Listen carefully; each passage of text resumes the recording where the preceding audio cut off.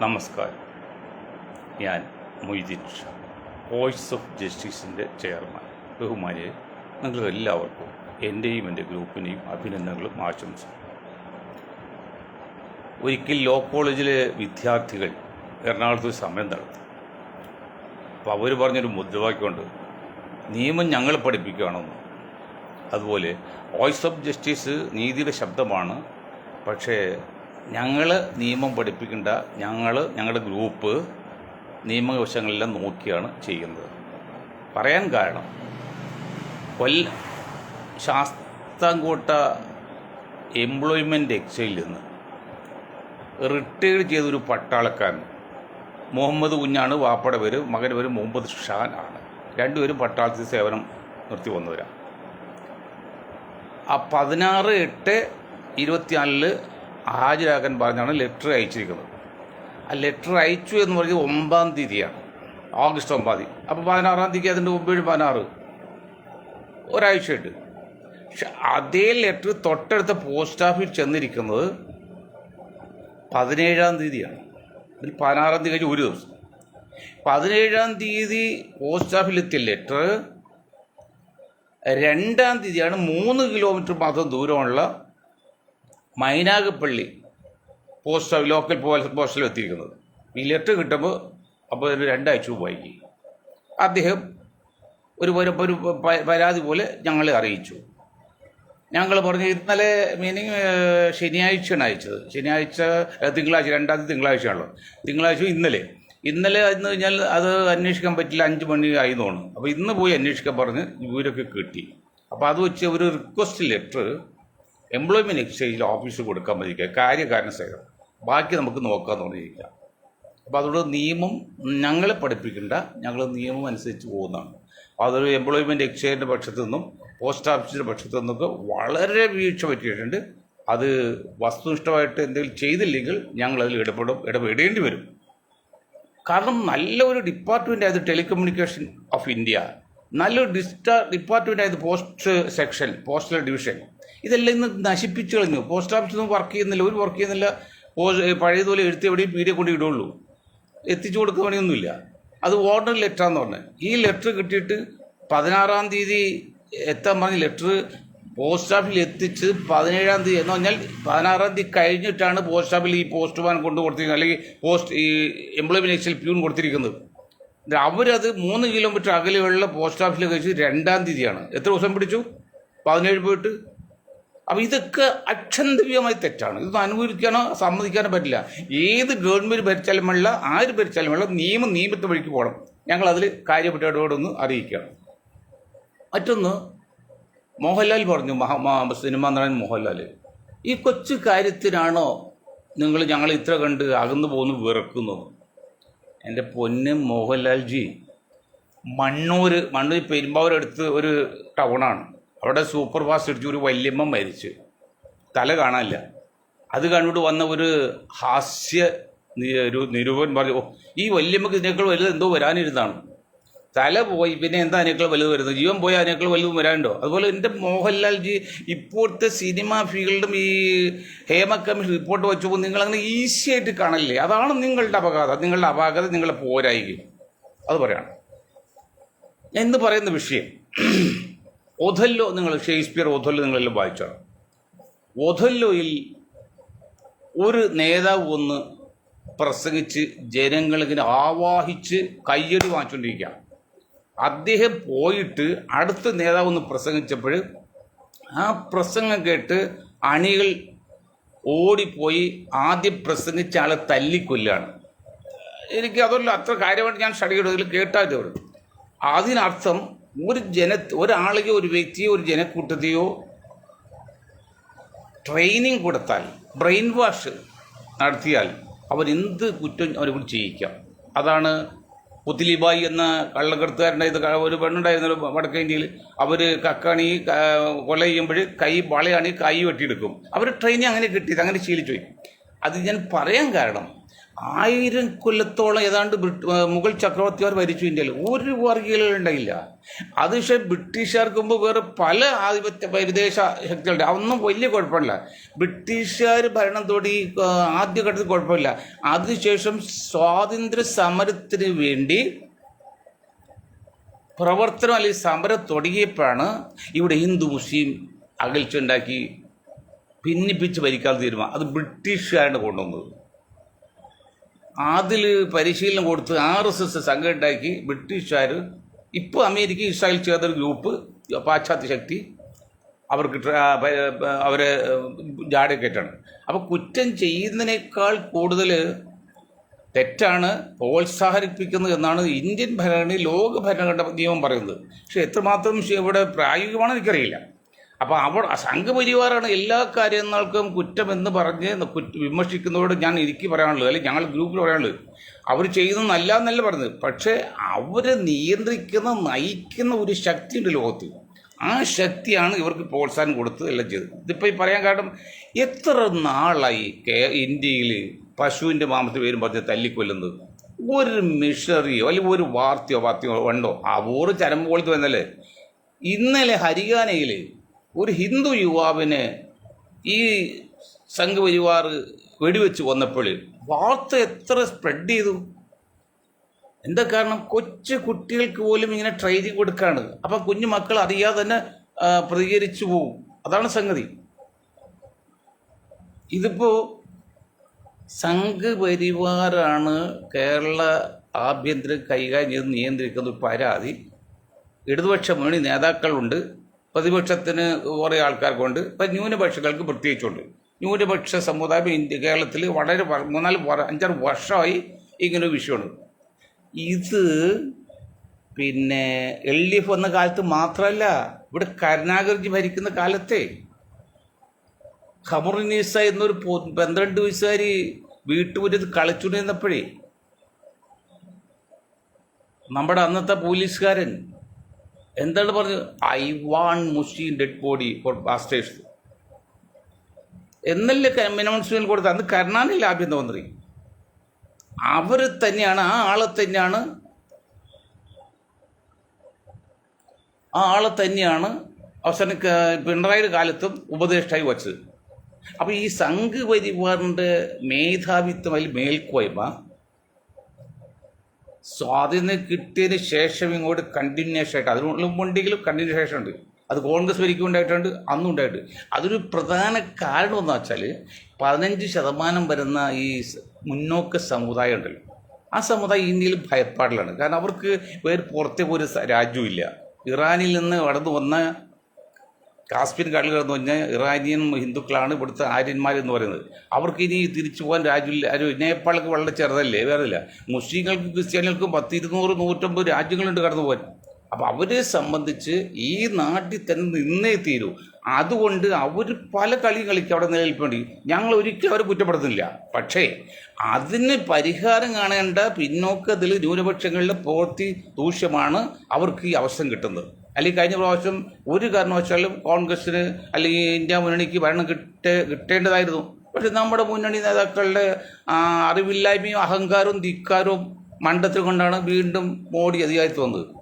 അത് ഒരു ചരിത്രമാണ്. ഞാൻ പിന്നെ ഇതാ പറയാം. അപ്പോൾ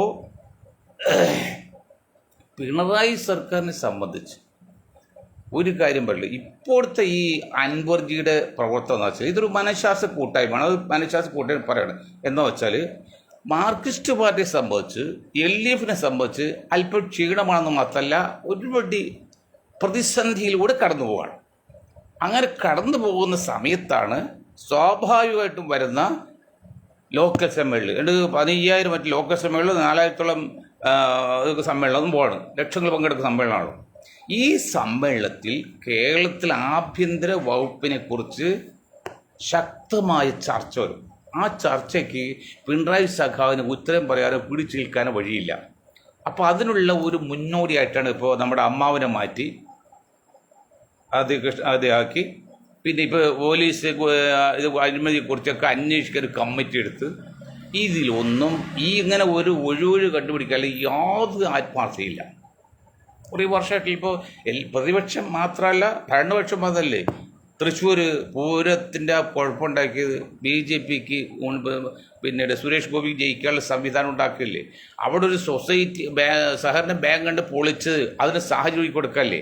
അപ്പോൾ പിണറായി സർക്കാരിൻ്റെ ഭരണം ഏറ്റ അന്ന് മുതൽ ഈ ബെഹ്റയെ ഞാൻ ഇന്നലെ പറഞ്ഞ മോഡിയുടെ ആളാക്കി വച്ചതിന് ശേഷം സംഘപരിവാറിന് ചില ആനുകൂല്യം ചെയ്ത് കൊടുത്തില്ലെങ്കിൽ മറ്റു ചില പ്രശ്നങ്ങളുണ്ടാവും. ലാവ്ലിൻ കേസ് തന്നെ. അപ്പോൾ അതിനു വേണ്ടി പിണറായി സഖാവ് വഴങ്ങിയേ തീരൂ, അല്ലെങ്കിൽ സഹകരിച്ച് തീരൂ.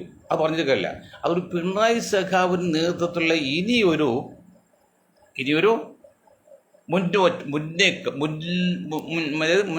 എന്താണ് പറയുക,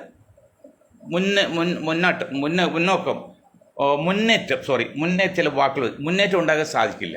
അതുകൊണ്ട് വരുന്ന ഈ സംസ്ഥാന സമ്മേളനത്തിൽ അത് ഫെബ്രുവരിയിൽ ആലപ്പുഴ നടക്കുന്ന സംസ്ഥാന സമ്മേളനം, ആ മാസം 6 മാസമുണ്ട്. ഈ 6 മാസത്തേക്കും കേരളം മറച്ച് തിരിച്ച് കോടികൾ മുടക്കിയാണ് ഈ സമ്മേളനം കഴിഞ്ഞ അവസാനം എവിടെ വരുന്നത്? ആലപ്പുഴ സമ്മേളനം. ഈ ആലപ്പുഴ സമ്മേളനം വരുന്നതോടെ CPMനെ സംബന്ധിച്ച് പിണറായി സഖാവിൻ്റെ ആധിപത്യം പോകും. പിണറായി സഖാവ് ഉദ്ദേശിച്ചിട്ടതില്ല. മരുമകനെ പിണറായി സഖാവ് മുഖ്യമന്ത്രിയാക്കാൻ ശ്രമിക്കുന്നുണ്ട്. ജയശങ്കർ വക്കീലേക്ക് അന്ന് മുതൽ പറയുന്നതാണ്. അതെന്തുമാത്രം പുള്ളിക്കേണ്ടെന്ന് ഞാൻ വിചാരിക്കുന്നില്ല. കാരണം അത് പക്ഷെ അങ്ങനെ പറഞ്ഞു വരുത്തുന്നത് ഹിന്ദു സഖാക്കളുടെയിലും മറ്റ് ഹിന്ദു സമുദായത്തിനിടയിലും ഒരു എതിർപ്പ്, അല്ലെങ്കിൽ CPMനോട് അതൃപ്തി കാണിക്കാൻ വേണ്ടിയാണ്. അങ്ങനെ അതൃപ്തി കാണിച്ചാൽ CPMലെ അനുഭാവികളും മറ്റ് ഹിന്ദു അനുഭാവികളെല്ലാം BJPയിലേക്കാണ് പോകുന്നത്, സുഖിലെ കോൺഗ്രസിലേക്കല്ല. അവിടെയാണ് ഞാൻ നിങ്ങളത് പ്രശ്നം പറയുന്നത്. ഇവിടെ ഒരു ഗുജറാത്തിലും സംഭവം ഉണ്ടാകില്ലോ ഭരണം പിടിക്കാൻ വേണ്ടി. ആ സംഭവത്തിൻ്റെ ഞാനിപ്പോൾ പറഞ്ഞില്ല കഴിഞ്ഞത്. അതുപോലെ കേരളത്തിലും വലിയ ചില തയ്യാറെടുപ്പ്, ഇതൊരു മനഃശാസ്ത്ര കൂട്ടായ്മയാണ്, തയ്യാറെടുപ്പിൽ നടക്കുന്നുണ്ടാണ് നമുക്ക് കിട്ടുന്ന രഹസ്യവിവരം. അതിൻ്റെ ഒരു ഉദാഹരണം പറഞ്ഞാൽ കളമശ്ശേരിയിൽ ആ സംഭവം ഉണ്ടായില്ലേ? നല്ല ബുദ്ധി ഉണ്ടെങ്കിൽ എൻ്റെ ശബ്ദം കേൾക്കുന്ന എൻ്റെ ബഹുമാന്യ ജനങ്ങളെ നിങ്ങൾ ചിന്തിക്കുക. കളമശ്ശേരി സംഭവം ഉണ്ടായി. ഉച്ചയോടുകൂടി ആ പ്രതി ക്രിസ്ത്യൻ നാമധാരി ആ സത്യം പുറത്തു വിട്ടില്ലായിരുന്നെങ്കിൽ കേരളം കത്തൂലായിരുന്നോ? കത്തിക്കാനുള്ള എല്ലാ സന്നാഹവും ഉണ്ടാക്കിയല്ലേ? ദൈവാനുഗ്രഹം, ഈശ്വരാനുഗ്രഹം. എല്ലാവർക്കും തുല്യമാണല്ലോ. ഈശ്വരാനുഗ്രഹം കൊണ്ടാണ് ആ ആ യുവാവിന് 10-40 വയസ്സ് യുവാവിന് അങ്ങനെ ഒരു അവസരം കിട്ടി, ഉണ്ടാക്കി. അത് പുറത്ത് വിട്ടില്ലെങ്കിൽ ഇപ്പോൾ മഹാത്മാഗാന്ധി വെടിവെച്ച് വന്നപ്പോൾ ഒരു ബ്രിട്ടീഷ് ലേഖകൻ പറഞ്ഞു, ദൈവമേ അതൊരു മുസ്ലിം ആകാതിരിക്കട്ടെന്ന്. അതാണ് ഓൾ ഇന്ത്യ അന്ന് റേഡിയോയിൽ അപ്പം തന്നെ അനൗൺസ് ചെയ്തുകൊണ്ടിരുന്നത്. മഹാത്മജിയെ കൊന്ന് മുസ്ലിമല്ല എന്ന് അനൗൺസ് ചെയ്ത്, അല്ലെങ്കിൽ ഇവിടെ കത്തും. അതാണ് സന്നാഹല്ലേ? കേരളം പോലെ അങ്ങനെ ചെയ്ത അതുപോലെ അത് അവർ പുറകോട്ട് പോയിട്ടില്ല, ഇനിയും ഉണ്ടാകും. ഇത് ഭരണകക്ഷി എന്ന LDFും കേന്ദ്ര ഭരണകക്ഷികൾ BJP ഗവൺമെൻറ് ശ്രദ്ധിക്കുന്ന കാര്യമാണ്, അല്ലെങ്കിൽ സംഗതി കൈവിട്ടു പോകും. അങ്ങനെ വരുമ്പോൾ അൻവറിൻ്റെ കാര്യമൊക്കെ അങ്ങനെ പറയുന്നുണ്ട്, CPMൻ്റെ കാര്യം പറയുന്നത്. കുറേ വർഷങ്ങളായിട്ട് CPMനെ നയിക്കുന്നത്, ആഭ്യന്തര വകുപ്പ് നയിക്കുന്നത് സംഘപരിവാർ അനുകൂല സംഘടന, അല്ലെങ്കിൽ അനുകൂല പോലീസാണ്. കാരണം അതിൽ നിന്ന് ഇനി പിണറായിക്ക് ഒഴിയാൻ പറ്റില്ലെന്നേ. ലാവ്ലിൻ കേസ് കിടക്കുന്നുണ്ട്, അല്ല പല കേസും. എന്താണ് ഇന്നത്തെ ഇടതുപക്ഷ ഗവൺമെൻറ് വെച്ച് സ്വർണ്ണ കേസ്, മറ്റ് കേസ്, മറിച്ച് കേസ്, ഏതെല്ലാം കേസ്? ഒരു ഗവൺമെൻറ്റിൻ്റെ മിഷറിയിൽ നിന്ന് കേൾക്കുന്ന ശബ്ദമാണോ, കേൾക്കുന്ന വിഷയമാണോ പുറത്തു വരുന്നത്? ഇപ്പം നമ്മൾ ADGP അജിത് കുമാർ, അദ്ദേഹത്തെക്കുറിച്ച് കേൾക്കുന്നത് ഇപ്പോൾ സംഘപരിവാർ അനുകൂലമായ ക്രിസംഖി ചാനലുകളും മറ്റ് സംഘ ചാനലൊക്കെ അദ്ദേഹത്തെ മാത്രം പുകഴ്ത്തി പറയുന്നത്. ഞാൻ അദ്ദേഹത്തെ ഇകഴ്ത്തിയും പറയുന്നില്ല, പക്ഷേ കണക്കുകൾ ഉദ്ധരിക്കാം.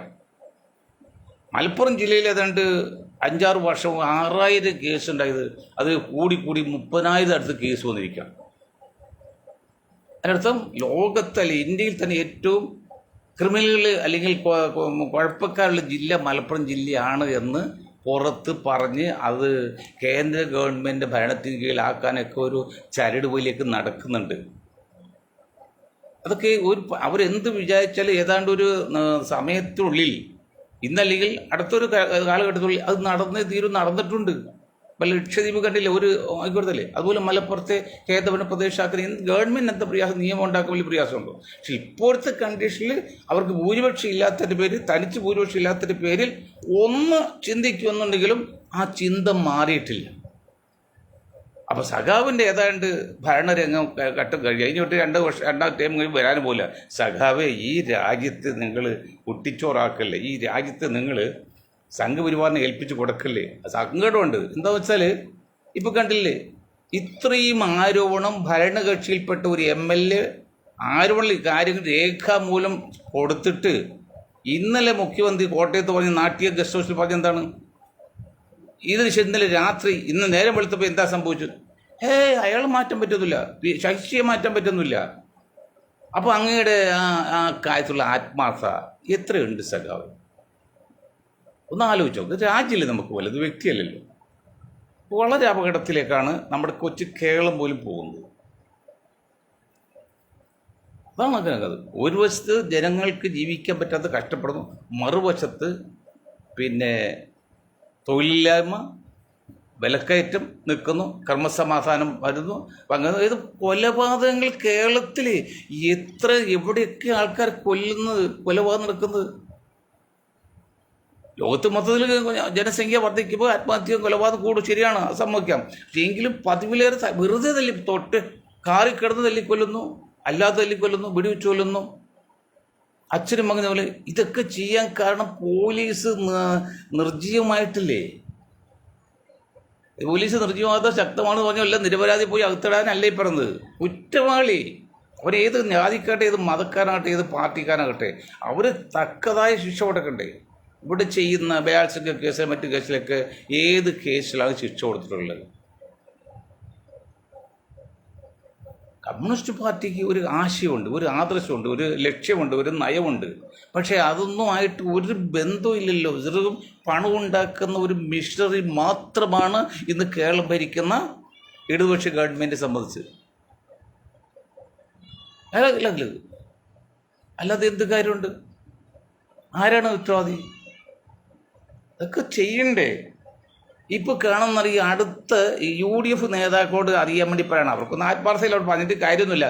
അടുത്ത പ്രാവശ്യവും LDFനെ തന്നെ ഭരണത്തിൽ കയറ്റാനുള്ള ഒരു ശ്രമമാണ് ഇവിടെ നടക്കുന്നത്. അതിൻ്റെ മുന്നോടിയായിട്ട് മുസ്ലിങ്ങൾ സമുദായത്തിൽ മാർക്സിസ്റ്റ് പാർട്ടി അല്ലെങ്കിൽ LDF കൂടുതൽ സപ്പോർട്ടുകൾ പരാതി ഉണ്ടായല്ലോ. എന്താ അവിടെ ചെയ്തത്? പലസ്തീൻ വിഷയത്തിൽ ജാഥ അയച്ചോ? അല്ലെങ്കിൽ CA കേസിൽ പറഞ്ഞെടുത്തിയോ? അല്ലാതെ മുസ്ലിം സമുദായത്തിൽ എന്താണ് കൊടുത്തത് ഈ ഗവൺമെൻറ് കഴിഞ്ഞ 7 വർഷമായിട്ട്? ഒന്നും കൊടുത്തില്ല. മാത്രമല്ല, പരമാവധി മുസ്ലിങ്ങൾ പ്രതികൾ വരുന്ന കേസിലൊക്കെ പോലീസ് ചെയ്യുന്നത് നിഷ്ഠൂരമാണ് പ്രവർത്തിക്കുന്നത്. ന്യായമായിട്ടൊന്നുമല്ല. എന്നുവെച്ചാൽ എല്ലാ പോലീസും അല്ല പറഞ്ഞാൽ ഒരു ചില വിഭാഗം കുറച്ച് ഒരു ഗ്രൂപ്പ് എന്നിട്ട് പറയുന്നുണ്ടോ, ഈ മുഴുവൻ മുസ്ലിങ്ങൾക്ക് LDF കൊടുക്കുന്നു, അതുകൊണ്ട് നിങ്ങൾ സംഘപരിവാറാകുക അല്ലെങ്കിൽ എന്ന് പറഞ്ഞാണ് ക്രിസ്ത്യൻകളുടെ പരസ്യം. ക്രിസ്ത്യൻകളുടെ പ്രചരണം അത്ര ഈസി അല്ല. ഇവിടെ ന്യൂനപക്ഷത്തെ പ്രബല സമുദായം മനസ്സിലാക്കണം. അവർ ചാനൽ പ്രവർത്തനമൊക്കെ വളരെ സങ്കീർണവും ശക്തമാണ്. ഇവിടെ ഞാൻ മുസ്ലിം സമുദായത്തിലെ ഉലമാക്കളോട് പറയാണ്, നിങ്ങൾ കൈ കെട്ടുന്ന എവിടെയാണ്, കാല് പിടിക്കുക എവിടെയാണ്, ആണ് വള്ളി കയറണം എന്നൊക്കെയുള്ള ചിന്തയാണ്. ഇന്നലെ ഒരു മനുഷ്യൻ പറഞ്ഞ് ബാത്റൂമിൽ ഒന്നും എടുക്കാൻ പാടില്ല, അങ്ങനെ ഒരു നിയമമുണ്ട്. ബാത്റൂമിൽ പഴയ ബാത്റൂം എന്നല്ല അപ്പിടുന്ന, ഇതിപ്പോൾ ക്ലോസറ്റൊക്കെ ആകുമ്പോൾ അത് അടിച്ചു കഴിഞ്ഞാൽ അവിടെ എന്താണ് വിഷയം? ഒരു ക്ലീൻ ചെയ്യുന്ന സ്ഥലത്ത് ബാത്റൂമിൽ ഒന്നും എടുത്ത് ശരിയാവില്ല എന്നൊക്കെ പറയുമ്പോഴേ ചിന്തിക്കേണ്ട കാര്യം. ഞാനത് എതിർക്കുന്നുമില്ല, ചിന്തിക്കാൻ. അതല്ല ഇവിടുത്തെ വിഷയം. ഇന്ത്യയെ സംബന്ധിച്ച്, കേരളം സംബന്ധിച്ച് അതല്ല മൗലികമായ വിഷയം. വിഷയം വളരെ സങ്കീർണമാണ്. നിങ്ങൾ പോലും മനസ്സിലാക്കുന്നുണ്ടോ? ഇവിടെ നടക്കുന്ന കാര്യങ്ങൾ വല്ലതും അറിയുന്നുണ്ടോ? നിങ്ങളിപ്പോഴും പള്ളിയിൽ ഇമാമത്ത് നിന്ന് ഓരോ കാശ് 10,000 കിട്ടും, പിന്നെ ശാപ്പളം കിട്ടും, സുഖിച്ച് പോകുന്നു എന്നല്ലാതെ താത്വികമായിട്ട് ഈ സമുദായത്തെ ഉദ്ധരിക്കാനുള്ള എന്തെങ്കിലും കാര്യം ചെയ്യാനുള്ള ശ്രമം ഉദ്ധരിക്കും. നിങ്ങളുടെ ഗ്രൂപ്പിൽ പള്ളി പണിയും, അവിടെ നേർച്ച കഴിക്കും, മൗലൂദ് കഴിക്കും, മഹിദിമാലയൊക്കെ കഴിക്കും, ഒക്കെ ശരിയാണ്. അതൊന്നും അല്ല ഇവിടുത്തെ അടിസ്ഥാന പ്രശ്നം. അടിസ്ഥാന പ്രശ്നം നിലനിൽപ്പാണ്.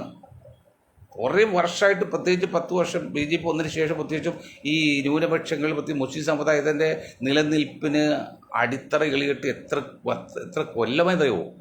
നിങ്ങളിപ്പോഴും പഴയ ആ തറവറ പിടിച്ച് ഗ്രൂപ്പ് ഉണ്ടാക്കി നടക്കുകയാണ്.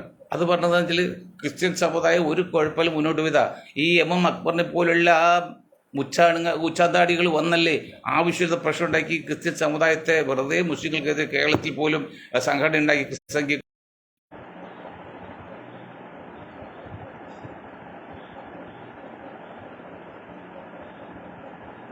നിങ്ങൾക്ക് ഞാൻ അക്ബറെ പോലുള്ള അതുപോലെ ചില മതമൂലിക വാദങ്ങൾ നിങ്ങൾക്ക് മറ്റ് മതസ്ഥരെ അല്ലെങ്കിൽ മറ്റു മതസ്ഥരെ ഇസ്ലാമിൽ താഴ്ത്തിപ്പെടുത്തി പറയാൻ ആളുകൾക്ക് അവകാശം നിങ്ങൾ നിങ്ങളുടെ മതമാണ് ഏറ്റവും നല്ലതെന്ന് പറഞ്ഞോ ഒരു കുഴപ്പമില്ല. അല്ലെങ്കിൽ സുന്നികൾ മുജാഹിദും ജമാഅത്തൊക്കെ പറയും നിങ്ങളാണ് നല്ല ആശയം പറഞ്ഞോ കുഴപ്പമില്ല. നിങ്ങൾ പരസ്പരം എതിർത്ത് ശക്തി കുറച്ച് നാടിൻ്റെ വളർച്ചയ്ക്ക് അല്ലെങ്കിൽ സമുദായത്തിൻ്റെ വളർച്ചയ്ക്ക് കുഴപ്പമുണ്ടാക്കില്ലേ, അതൊക്കെ അപകടമാണ്. നിങ്ങൾ ധരിക്കാൾക്കുള്ള ആഴത്തിൽ വിഷയങ്ങൾ മുന്നോട്ട് പോകുന്നുണ്ട്, അത് ആര് പിടിച്ചാൽ നിൽക്കാത്ത രീതിയിലാണ് പോകുന്നത്. അതുകൊണ്ട് സമാധാനപരമായിട്ട് ഞങ്ങൾ പറഞ്ഞത് വിപ്ലവം ഉണ്ടാക്കുക സമാധാനപരമായിട്ട് പോകണമെന്നും ഈ LDF ഗവൺമെൻറ് കുറച്ചുകൂടി മിതത്വം പാലിച്ച് കുറച്ചുകൂടി ന്യായമായ രീതിയിൽ പ്രവർത്തിക്കണമെന്നും തന്നെയുമല്ല ഈ അന്വേഷണക്ക് വെറും പ്രഹസനമല്ലേ മുരളി സാറേ, അദ്ദേഹത്തെ നിലനിർത്തിക്കൊണ്ട് ആരോപണ വിധേയനായ ഒരാൾ നിലനിർത്തിക്കൊണ്ട് അദ്ദേഹത്തിന് കീഴ് ജീവനക്കാരനെ കൊണ്ട് അന്വേഷിച്ച് ഒരു മാസം റിപ്പോർട്ട് തരാൻ പറഞ്ഞാൽ അതിൽ വല്ല ആത്മാർത്ഥയുണ്ടോ? നിങ്ങൾ ആരെയാണ് മലയാള മക്കളെയാണോ നിങ്ങൾ പൊട്ടനാക്കുന്നത്? അവിടെ തൃശ്ശൂർ പോയതിനെക്കുറിച്ച് അന്വേഷിക്കാൻ പറഞ്ഞ് ഒരാളെ ഏൽപ്പിച്ചല്ലോ, വിജയൻ പോലീസുകാരൻ വിജയൻ. ഒരു മാസം വന്നിട്ട് ഇപ്പോൾ 6 മാസമായില്ലോ, വല്ല തീരുമാനമുണ്ടോ? അപ്പോൾ നിങ്ങളുടെ ഘടകകക്ഷിപ്പെട്ട അവിടുത്തെ സ്ഥാനാർത്ഥി ചോദിച്ചു 6 മാസം എവിടെ റിപ്പോർട്ട്? നിങ്ങൾ ആരാണ് നിങ്ങൾ ഭയപ്പെടുന്നത്? പക്ഷെ നിങ്ങൾ ഭയപ്പെട്ട് ഈ രാജ്യത്തെ അല്ലെങ്കിൽ സംസ്ഥാനത്തെ നശിപ്പിക്കില്ലെന്ന് പറയാനുള്ള ഒരു ഇതാണ് ഞാൻ നിങ്ങളോട് പറയാനുള്ളത്. വളരെ ശ്രദ്ധിച്ച് മുന്നോട്ട് പോകണം എന്നും പറഞ്ഞുകൊണ്ട് ഞാൻ എൻ്റെ വാക്കുകൾ നിർത്താണ്. നിങ്ങൾക്ക് ഒരായി നന്ദി. ജയ് ഹിന്ദ്.